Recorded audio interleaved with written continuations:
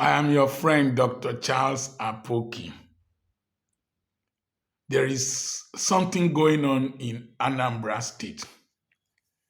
The governor of Anambra State, Dr. Soludo, has constituted a state security mechanism or apparatus that is going after kidnappers.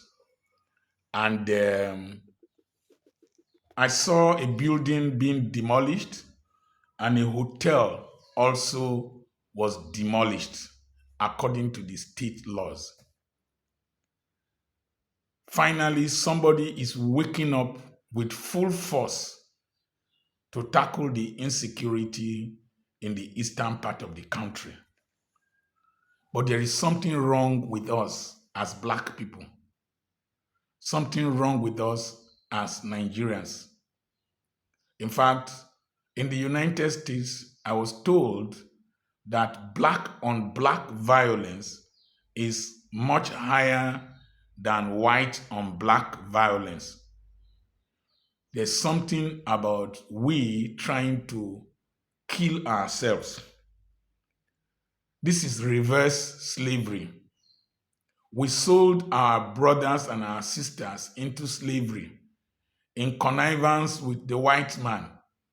Today, we are still doing child trafficking and prostitution, but today,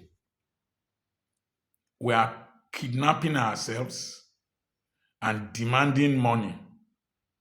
Now, the white man took the Black man to the United States, to the Caribbeans. He did not cannibalize them today or butcher them. Today, we are doing that to our own people, all because of money. It is not restricted to the East. I had to do a video concerning my community that whoever beheaded his friend and buried him in a shrine in our community does not represent us. It is a new wave that is happening among our people in this country that we will discuss in details. The wife of a top retired police officer, Odumosu, was kidnapped in the western part of the country. Thank God for the swift response of the police. The criminals, 2 were liquidated and 2 were arrested. I wish the police can be as swift as this in all cases. In the north, it's a daily affair. It's all over Nigeria. It shows the degree of self-hatred and wickedness in us. The main precursor for this wickedness is the desire for quick wealth and conspicuous consumption, particularly in the eastern part of the country. You see people coming home for Christmas with convoys of expensive cars, security escorts, big mansions, people doing ceremonies, throwing bundles of money. Conspicuous consumption and social media has not helped. It is the desire, the I pass my neighbor mentality. I want to do more than my neighbor. And it is the idolatry of worshiping money all over this country. Christians, Muslims. Imagine somebody charged for stealing 80-something billion, given an overwhelming, arousing welcome in his community. Even if it is sponsored, even if it is arranged, people collected money to behave like idiots. And so, it is not necessarily because of poverty. No. The evil had continued long time before the recent economic downturns. Remember Otokoto Hotel. Remember the shopping plazas, the supermarkets in Owerri that were burnt down, and even churches that were involved in the Otokoto saga. You see, It is not as a result of poverty. It is the desire to get wealth without sweat. It is the desire to make money without work. And the worship we have for whoever has made money without questioning how they have made money. I do lectures on entrepreneurship and I teach people about businesses. When I invite businessmen and several people who have money to come and give lectures on how they made their wealth, they decline. Many people decline. It is because, like as I said in my video, most Nigerians are masquerades. Whatever they do cannot explain the kind of wealth they have. Tragically, those who do evil, who are corrupt, are the ones that are protected by our security forces. See, long convoys following criminals. And somebody said, I think is Ian, I've forgotten his surname. He said that when a system starts to protect criminals and corrupt people and then oppresses those who are innocent, that system is heading towards doom. Now, I'm also thinking that breaking homes and hotels might look spectacular, but there is more to these issues. There are fundamental issues that need to be attacked. Things like drug trafficking, yahoo, corrupt enrichment have stiff punishment ever since. Some people were executed, but it has not deterred people. Countries where people are executed, Nigerians still want to traffic drugs there.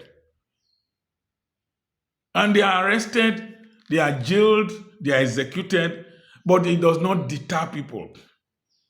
You see, Soludo's attempt is good, but it also shows that a lot of the federal security forces do not have the will or the capacity or the numbers to confront, to investigate and confront a lot of these criminals. This might be why some people advocate for state police. Very good, but let it not be used to oppress political opponents. Now,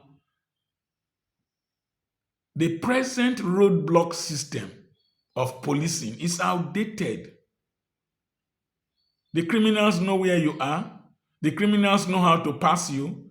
They just drive big cars and give you money, put a Hilux in front. They will drive past you with a kidnapped person. They know how to pass you. There should be more intelligence gathering, like as the local vigilante that Dr. Soludo put into place. Intelligence gathering, detailed investigation, going into the communities to ask questions, going to the lounges. If you go to the average lounge in any city, you will see the boy spending money that does not resemble him. Track him and trace him and track him and investigate him. And so there are people who are working in some of these places. Imagine that hotel. It should have a receptionist, it should have a security guard. There's one that the deputy governor went to in Anambra State, and he said that he's giving the man 48 hours that they are investigating him. 48 hours? Arrest the man, take him away from there first. Carry some of the security guards, carry the receptionist in the place, the people that clean the rooms. You will get information. So there must be investigative policing instead of reactionary policing.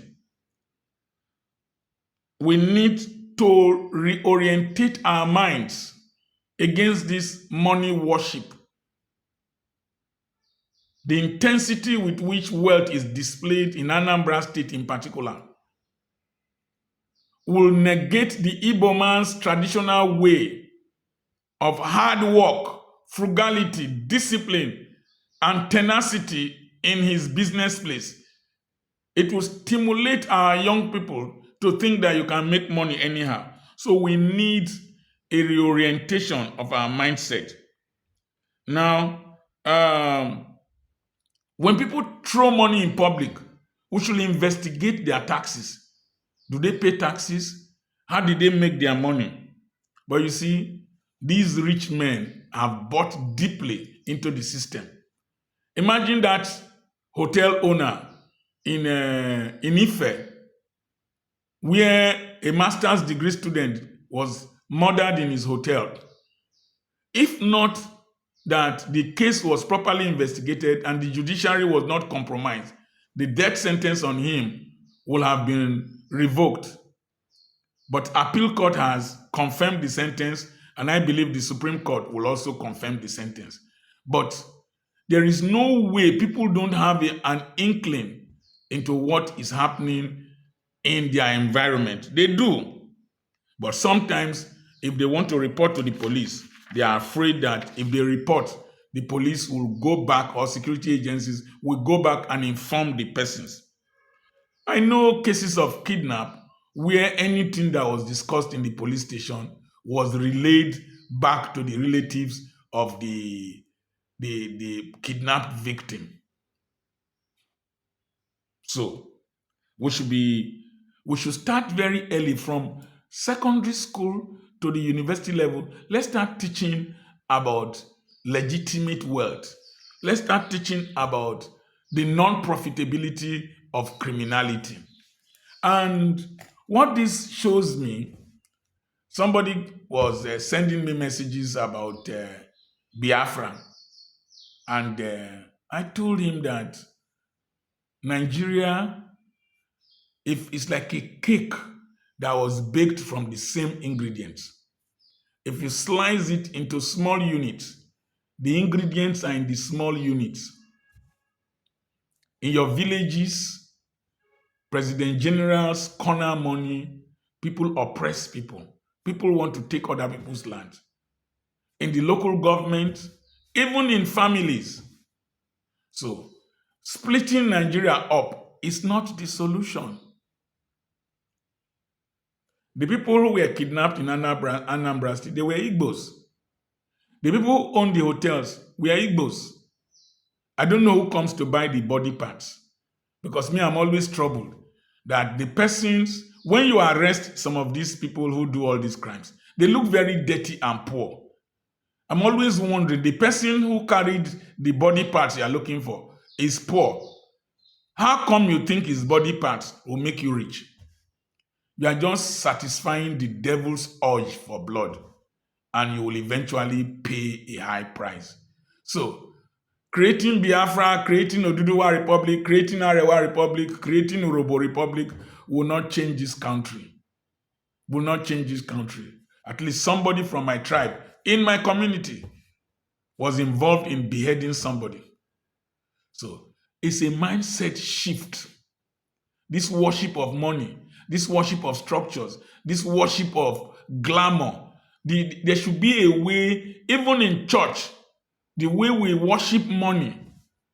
If a politician or one big man does not come for our Thanksgiving, who has not come, will be singing choruses to wait for him. Did you see the church that Donald Trump attended in America? Did you see the benches? Simple benches, iron pews, wooden pews. They sat like ordinary people. That's America. But here, the grandiosity, you'll see thrones that look like the thrones of Nebuchadnezzar.